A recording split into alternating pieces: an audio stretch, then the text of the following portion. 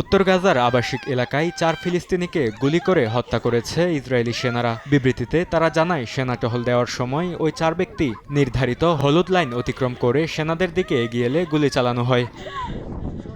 একই দিন উত্তর গাজায় ইসরায়েলি সেনাদের গুলিতে এক ফিলিস্তিনি শিশুসহ বেশ কয়েকজন হতাহত হয়েছেন। পাশাপাশি গাজা সিটি ও উপত্যকার মধ্য ও দক্ষিণাঞ্চলেও বিমান হামলা চালিয়েছে নেতানিয়াহু বাহিনী। এতে যুদ্ধবিরতির পরও এলাকায় উত্তেজনা ও নিরাপত্তা সংকট বেড়েছে।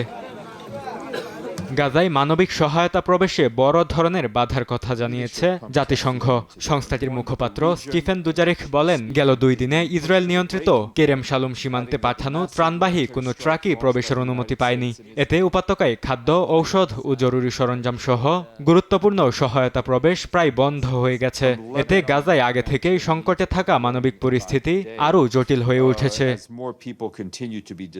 বরকতুল্লাহ, সময় সংবাদ।